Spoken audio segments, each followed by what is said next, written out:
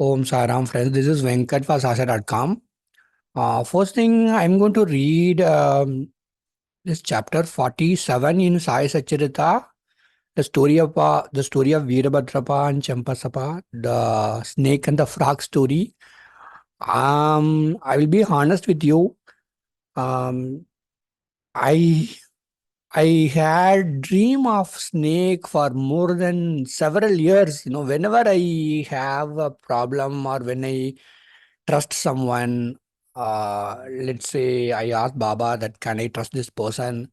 Baba will show me a dream of a snake or a snake attacking someone, and I will understand. I will infer from the dream that he has saved me from someone. It could be in relationship, or it could be a serious relationship, or it could be anything.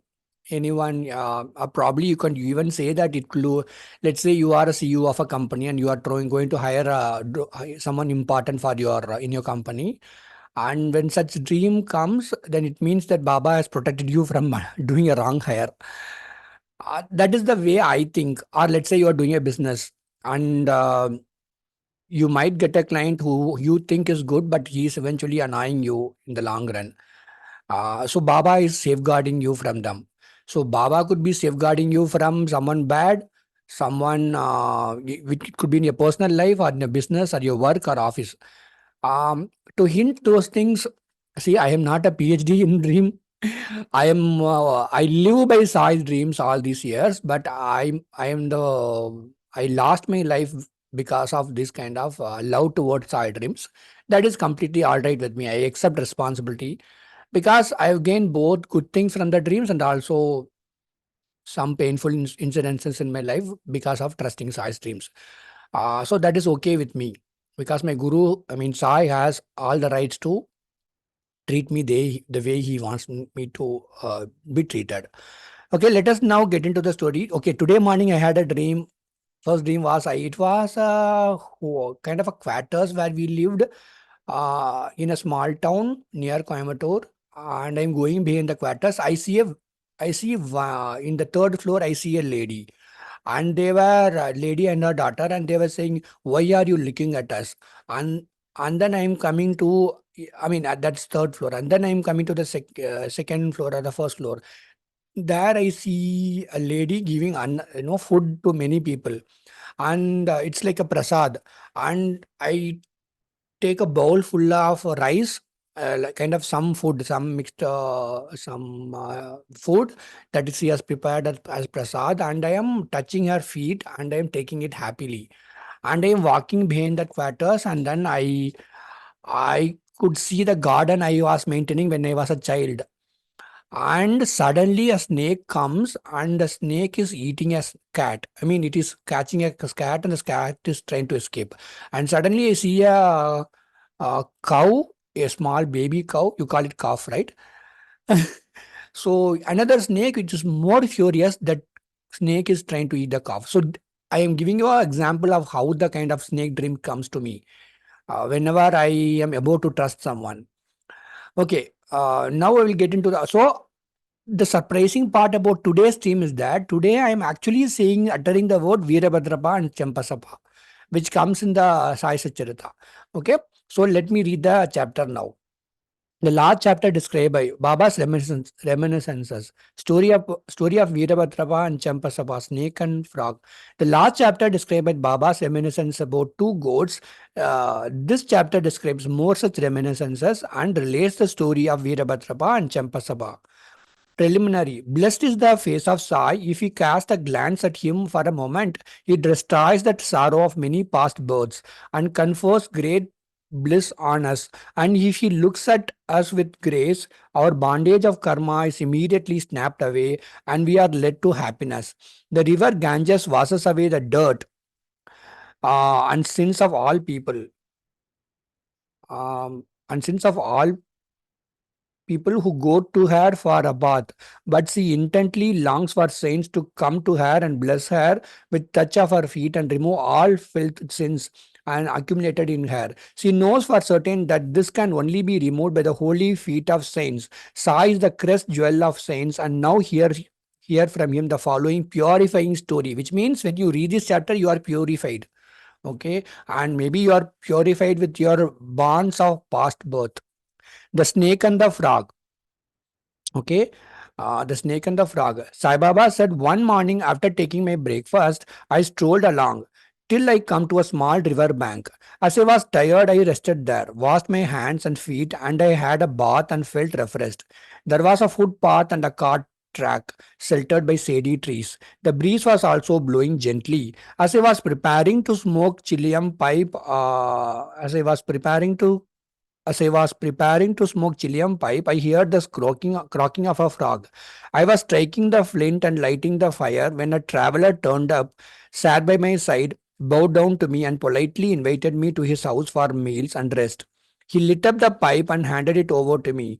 The croaking was heard again, and he wanted to know what it was. So he's hearing a croaking sound, and he wanted to know what it, someone who sat beside Baba wanted to know what it was. I told him that the frog was in trouble and was tasting the bitter fruit of its own karma. Okay, the frog is in trouble. That is what Baba says even before going there. We have to reap now the fruit of what we sow in our past life, and there is no use crying about it now. Then he smoked and handed over the pipe to me and said that he would go there in person and see for himself. I told him that a frog was caught by a big snake and was crying. Both were very both were uh, very wicked in their past life and were now reaping the fruit of their actions in the present bodies. He went and found a huge black serpent was holding a big frog in its mouth. He returned to me and said that in about 10 or 12 minutes the frog would be eaten up by the snake. I said, "No, this can't be. I am its father, protector, and I am here now. How shall I allow the snake to eat it up? Am I here for nothing? Just see how I release it." So Baba says, I know him and I'm going to protect it. I'm not just going to see there and see the frogs getting eaten up, and I'm going to protect it. After smoking again, we walked up to the place. He was afraid and asked me not to proceed further as the snake might attack us. Not minding him, I went ahead and addressed the creatures thus. O Virabhadrapa, had not your enemy Basapa yet repented, though he has been born as a frog, and you too, born as a serpent, still hold bitter enmity against him. Be ashamed of yourself, give up your hatred now and rest in peace. So they both were sowing seeds of hatred in the past birth. Now, this is what you see, in your life you come across bad people, bad relationship, everything because some kind of the seed of past. Okay, now this is what Baba is telling. O Virabhadrapa, has not your enemy Basapa yet repented, though he had been born as a frog, and you too, though born as a serpent, still hold bitter enmity against him. Be ashamed of yourself, give up your hatred now and rest in peace. On hearing these words, the snake left the frog quickly and dived into the river and disappeared. The frog also jumped away and hid itself in the bushes. The traveler was much surprised. He said that he could not understand how the snake dropped the frog and disappeared on hearing the words. Who was Virabhadrapa and who was Basapa and what was the cause of their enmity? I returned with him to the foot of the tree, and after sharing again a few puffs of smoke with him, I explained the whole mystery to him as follows. There was an ancient holy place sanctified by a temple of Madhav about 5 miles from my place. The temple was old and dilapidated. I never pronounced this word properly. The residents of the place collected funds for its repairs. After a large amount was collected, arrangement for worship was made and plans with estimates for repairs were prepared. A rich local man was appointed the treasurer, and the whole work was entrusted to him. He was to keep the regular accounts and be honest in all his dealings. He was a first class miser and spent very little for the repairs, which consequently made very little progress. He spent all the funds, swallowed some amount himself, and spent nothing from his pocket. He had a sweet tongue and was very clever in offering plausible explanations regarding the poor and tardy progress of the work. The people again went to him and said that unless he lent his helping hand and tried his best, the work would not be complete. They requested him to work out the scheme and again collected subscriptions and sent the amount to him. He received it, but sat as quiet as before without making any progress. After some days, God Madhav appeared in his wife's dream and said to her, "You get up, build the dome of the temple. I will give you 100-fold of what you spend." She told this vision to her husband. He was afraid that it would involve him in expenses and therefore laughed it off, saying that it was a mere dream, a thing not to be relayed and acted upon, or else why did not God appear to him in dream and tell him about it? Was he far off from her? Was he far off from her? This looks like a bad dream, having its object of creation of ill feeling between husband and wife, and she had to remain quiet. So basically, the rich man was collecting funds from villagers, but he was taking care of the temple. But basically, he was not actually donating to the temple. He was using the money for his own purpose. Okay, so that is how it goes. It happened in the previous birth. God does not like big subscriptions and donations collected against the wishes of donors, but he likes ever trifling amounts given with love, devotion, and gratitude. Some days after, God again appeared in a dream and said, "Do not bother yourself about your husband and collections with him. Don't press him to spend any money for the temple. What I want is bhava and devotion. So give, if you like, anything of your own." She consulted her husband about this vision and decided to give God her ornaments given by her father. The miser felt so basically God is appearing in her dream. Shiv is appearing in her dream and saying, "Do not bother about your husband and the collections with him. Don't press him. And what I want is bhava and devotion. So give if you like anything of your own. Whatever you could, you have to give." So that's what Lord Shiva was telling her. She consulted her husband about this vision and decided to give God her ornaments given by her father. The miser felt disconcerted and decided to cheat even God in this item. Okay, again, God is giving him a chance. At least now he has to be true. He undervalued the ornaments at rupees 1,000 and bought them himself, and in a lieu of amount gave a baron of field to God as endowment or security. The wife agreed to this. The field or land was not his own. It belonged to one poor woman named Dubaki, who mortgaged it for rupees 200. She was not able to redeem it for long. So the cunning miser cheated all, his wife, Dubaki, and even God. The land was sterile and uncultivated and worth nothing and yielded nothing, even in the best season. So basically, his wife is giving his ornaments. Again, he's telling, "I will buy the ornaments myself." Okay. And wife is agreeing to this. And basically, he actually bought, he undervalued the ornaments at rupees 1,000 and bought them himself, and in lieu of the amount, gave a barren field to the god, and that field was bought from another woman named Dubaki for a mere sum of 200 rupees, which she can never repay. So this is what he did. A cunning fellow is always a cunning fellow. That's it. Thus ended the transaction, and the land was given in the possession of the poor priest. Okay, because it was actually supposed to be given to the god, right, for the intake in for the temple. Okay, who was pleased with the endowment. Sometime later, strange things happened. There was a terrific storm and heavy downpour. Lightning struck the house of the miser when he and his wife both died. Dubaki also breathed her last. So these people may pass away. Dubaki passed away because of the storm. The miser, his wife, everyone passed away. Okay. Now comes to the next life. In the next life, the rich miser was born at Mathura in a Brahmin family and was named Veerabhadrapa. Now comes the story of Veerabhadrapa. So this is a much more, two births before. So in the previous birth, uh, I never understand this chapter, though I'm reading it for years. In the next life, the rich miser was born at Mathura in the Brahmin family and was named Veerabhadrapa. His devout wife was born as daughter of the priest of the temple and was named Gauri. So his wife in the previous birth was born as a daughter of a priest, and her name now in this birth is Gauri. The woman Dubaki Martyajar was born as male in the family of the family of Gaurav, attendant of the temple, and was named Champasapa. So the The mortgager was born as a male in the family of Gaurav, attendant of the temple, and was named Champasapa. Okay. The priest was a friend of mine. He often came to me, which is like he's telling the priest was a friend of Baba. Okay. He often came to me, chatted, and smoked with me. His daughter, Gauri, was also devoted to me. She was growing fast, and her father was seeking a good husband for her. I told him not to worry about this, as the bridegroom himself would come seeking her. Then there came a poor boy named Virabhadrapa, wandering and begging his bread. To the priest's house, to the priest's house. So basically, the priest want his daughter to get married. Baba is blessing him. Now what is happening?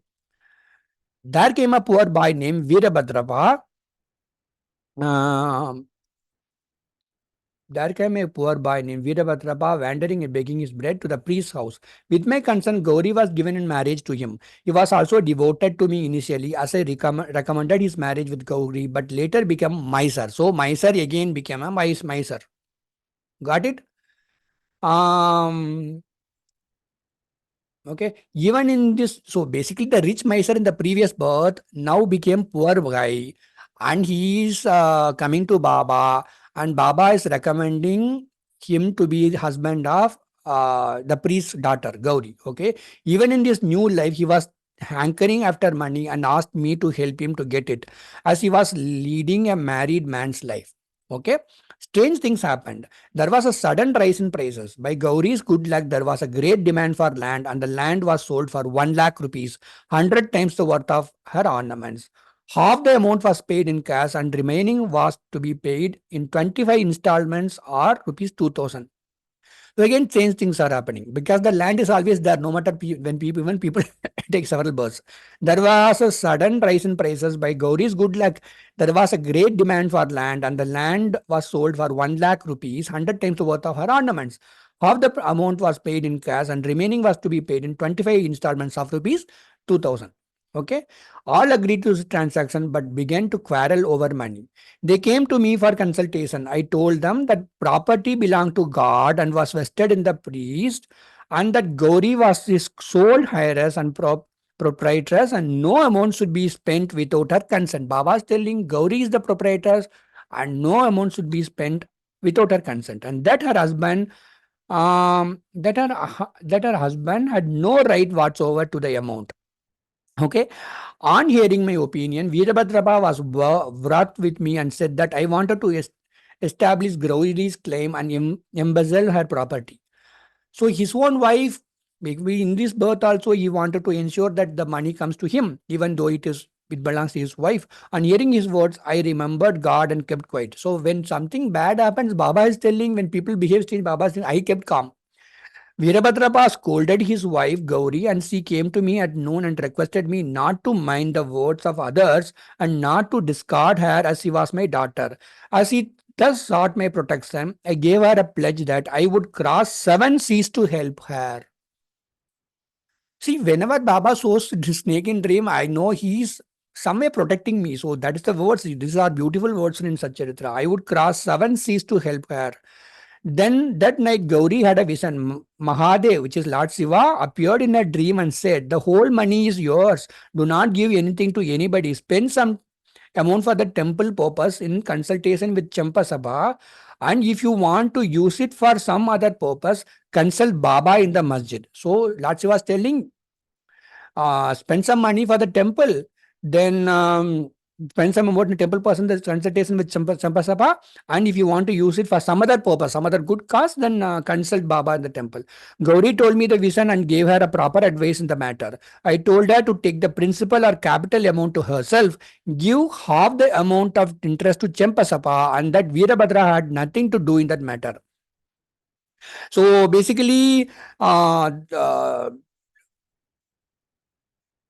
so the who is Champasabha here? The Gaurav attendant of the temple was named Champasabha. The priest was a friend of mine. He often attendant of the temple is Champasabha. Baba had never known any trust on Veerabhadraba at all. So Baba said, okay, Baba says Gauri, I told her to take the principal capital amount to herself. Okay, give half the amount of interest to Champasabha. So the half the amount of the interest would be going to Champasabha, and that Veerabhadraba had nothing to do with the matter. Got it? While I was thus talking, both Veerabhadraba and Champasapa came there quarreling. Now again, Veerabhadraba, Baba had good thoughts about Champasapa, but again he was also quarreling for the money. I tried my best to pacify them and told them God's vision to Gauri.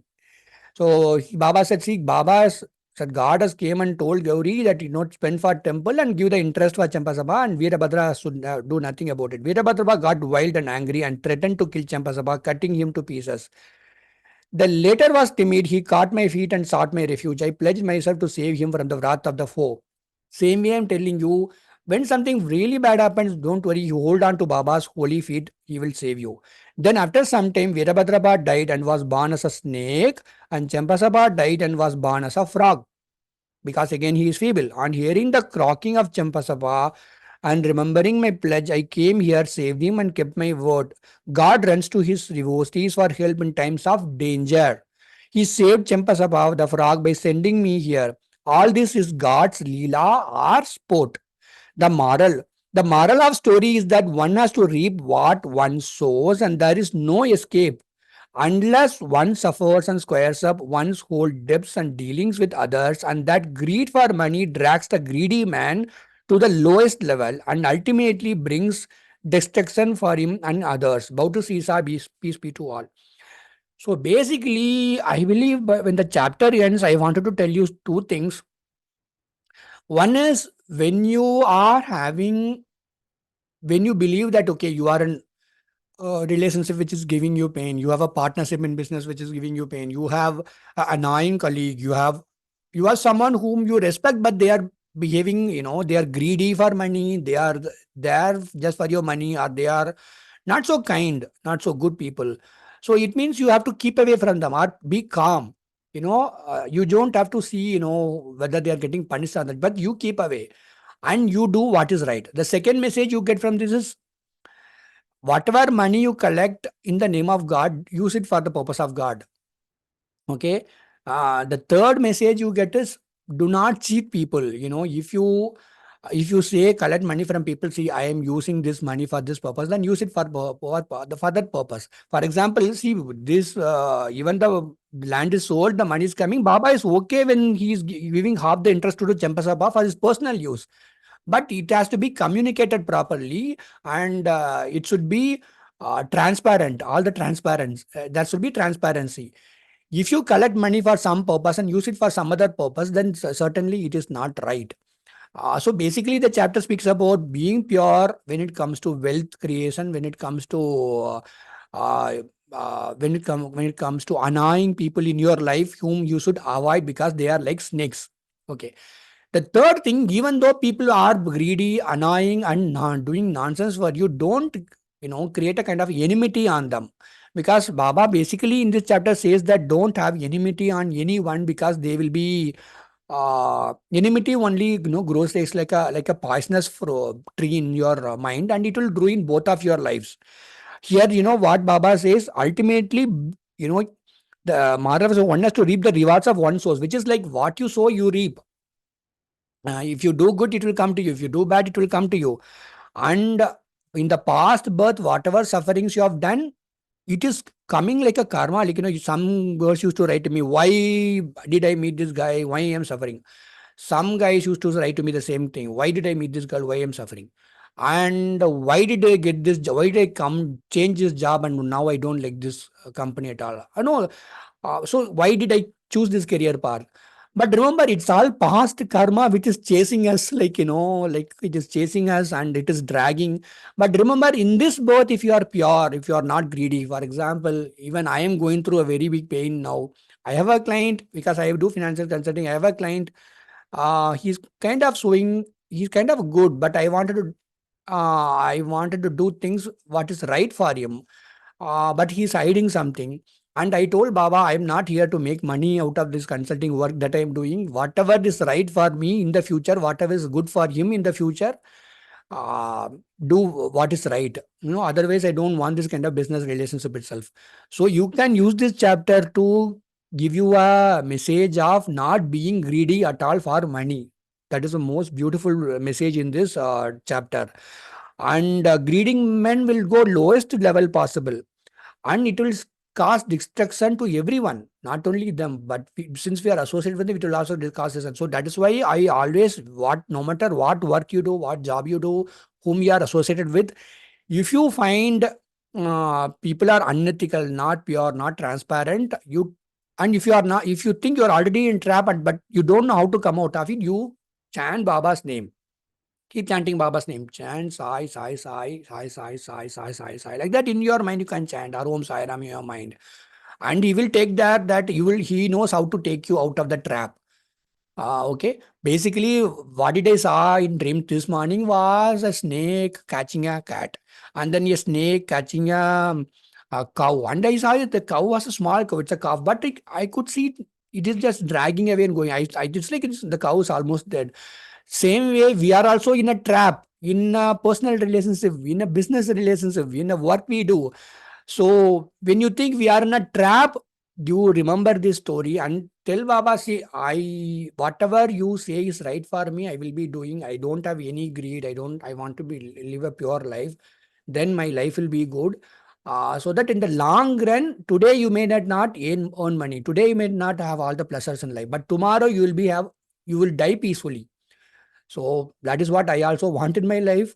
So that is it. I felt happy reading this chapter. I will put a link in this of starsci.net in the description. If you want, you can go and check out it. Check it out. I don't like this WhatsApp group for Sai devotee stuff. I get only personal messages and I reply. That's it. And I'll be happy with the emails also if you share your experiences. About to see Sai, peace be to all. Om Sai Ram, I don't know. Don't interpret the meaning I said. I'm just blabbering. It is whatever comes to my mind. I'm speaking. So you have to see every devotee who reads Sai Satcharitra, their heart will say some good meaning to them. So that is the meaning you get. Okay. Om Sai Ram, and Om Sai Ram.